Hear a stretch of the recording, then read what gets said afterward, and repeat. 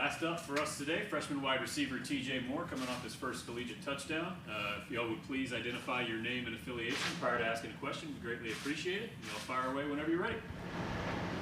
Spiderman with Untitled.com. Can you just describe the play call for your first collegiate touchdown and what you're thinking in that moment? Well, the play call, I had an in route, which was like 12 yards, and I seen the safety sit, and like that made the zone perfect. So like he was able to throw it right to where I needed to be, and as I caught the ball and scored, it just felt good.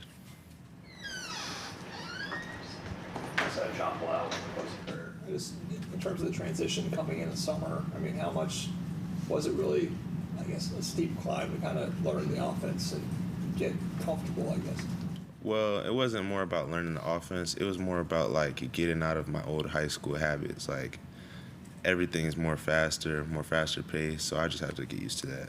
I guess what would be an example of like some of the high school habits that you had to get rid of? Like in high school, we weren't really like told to run to the ball every play, and like coming into Clemson, it's a new standard. So I had to learn like real quick that after every play you run to the ball, no matter you get the ball or not.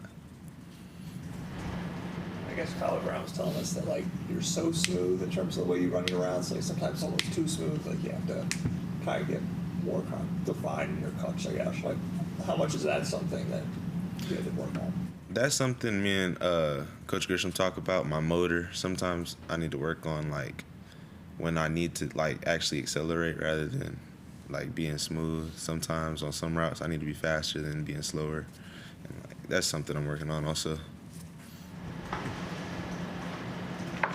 David Hope, TigerNet.com. I talked a little bit to with your grandfather and grandmother down there in Atlanta before the game, and he was saying that he spent so many hours running up and down the fence at your high school games, kind of following you, and your dad whistling at you, kind of letting you know what he sees.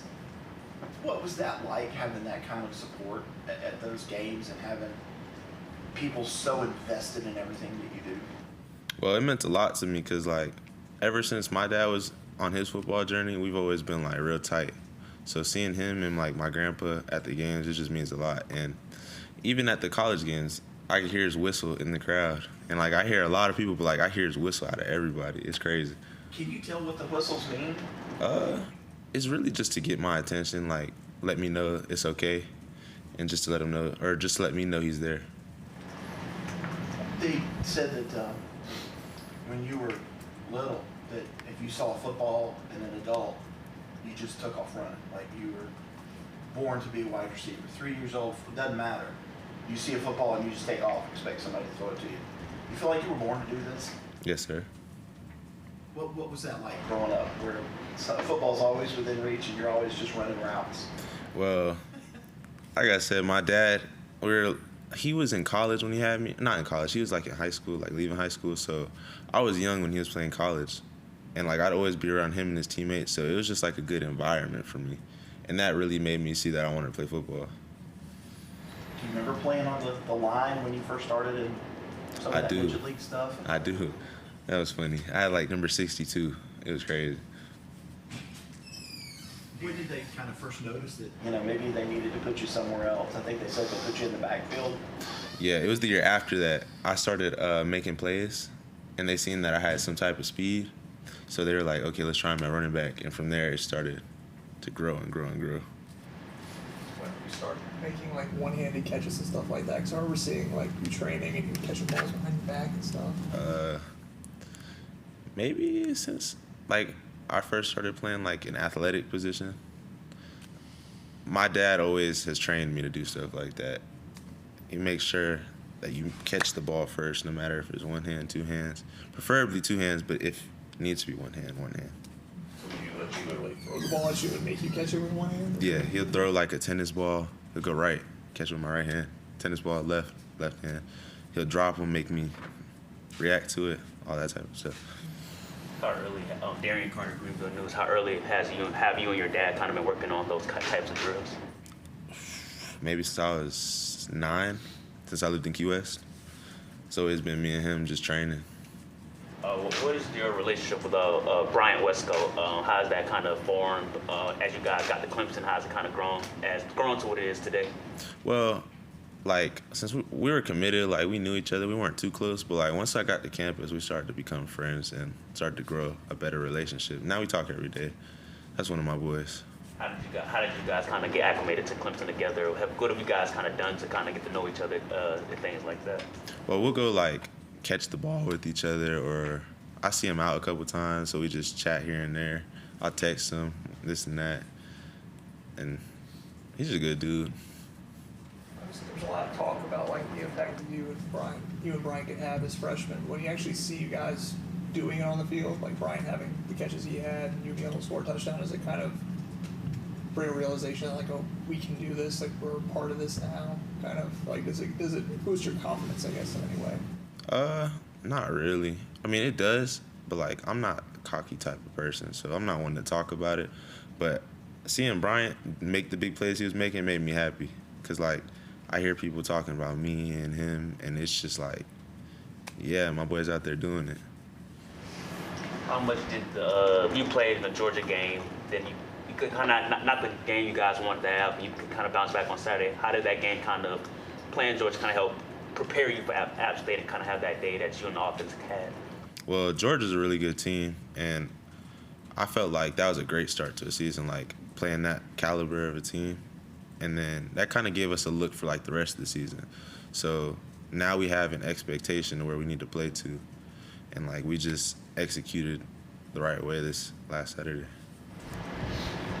I talked to Coach McIntyre, and he said he had no doubts that you were going to be successful at this level. When I asked why, he said you'd always been on the go. You'd been a few weeks old with your dad out in Mesa, Arizona on the sidelines with your mom in Kansas or Pennsylvania, wherever. You moved to Key West, and then they decided it would be best for you if you moved up maybe to the Tampa area. But you've always handled that change really well. Do you feel like that has kind of led you to be the person that you are? Yeah, we've moved plenty of places. Got to meet like plenty of my dad's friends. I got to learn from them specifically. Like I've met tons of people. Now anytime I go anywhere new, I shake somebody's hand, introduce myself, meet new people. I like to learn from like my family's friends, because like they all have different types of knowledge. They're not the same person, and I feel like that brought me to be like the person I am now. I think I heard like before camp started, you were gonna be with Stefon Diggs and Tyrod Taylor in Florida. Did that actually happen? And yeah. What was that like to be able to work with them? So I wasn't able to actually work out with Stefon Diggs, but like I was able to talk to him, hear some knowledge from him. Tyrod's a good dude. I'm glad I got the opportunity to meet them. Like,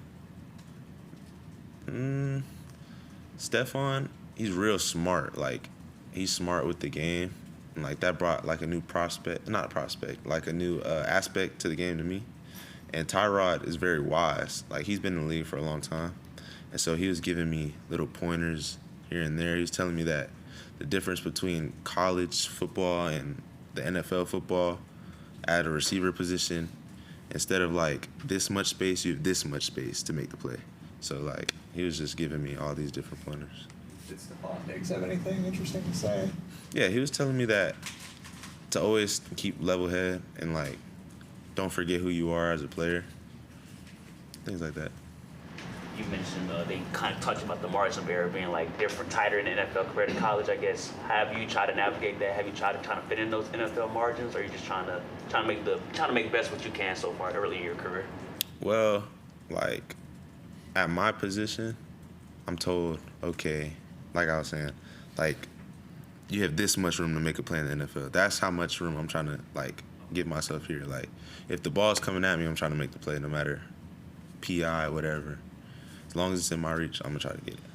You also heard that you were a big Spider-Man person growing up, but why'd you gravitate to Spider-Man? I don't know. I just love Spider-Man. I got plenty of pictures of me wearing Spider-Man stuff. Just always been something I've been interested in. Did you watch the Into the Spider-Verse, the movies? I did. Both of them? Both of them. Which one's your favorite? The second one. Do you envision yourself kind of being Spider-Man, making plays out in the field, or is that separate? Oh, well, I was told when I catch the ball, like, the ball sticks to me like Spider-Man, so that's just always been something I thought was funny. Any questions for TJ virtually? this is Chapel Fowler of the State. Could you take us back to your recruiting process and just kind of in hindsight how all that played out and how Clemson won out over everybody else who wanted you? Well, my recruiting process, it didn't start until after spring of my sophomore year. And at first, it started off slow, but then after one game, it started to blow up. And when it came down to making my final decision, there were teams throwing money at me, this and that, trying to bribe me. But Clemson felt right. Clemson is what I was taught to want when I was a kid. You have the proper role models. You have Coach Sweeney's a great role model. Matter of fact, everything he does, I just really appreciate. He stops any player. It doesn't matter who it is. He at least says hi to you at least 3 or 4 times a day, no matter if he's seen you or not. He'll text you. He calls my mom. He keeps great contact with my family. I just really respect Coach Sweeney, and that's what made me gravitate toward Clemson. And just the whole what's the word? Just Clemson in general made me feel great, and I just knew that was the right decision. Since you just mentioned your mom, you talked about your dad and how he's helped you. What about your mom and how she's kind of supported you and gotten you to where you are right now as well? My mom's been more of on the mental side. She's always taught me she's always been there to ask me if anything was wrong. She was always there when I was sad or if I was mad, if I was happy. She's just always been a shoulder I could go to whenever I needed it. Anybody else for TJ? After what game was it that your recruiting blew up? I guess what happened in that game? It was Sarasota my junior year, the first game of the season. I had 4 catches for 140 yards and 2 touchdowns, and I feel that just blew me up out of nowhere. I maybe got 20 offers after that game. Anyone else? All right, TJ, appreciate your time, man. Yeah, thank you.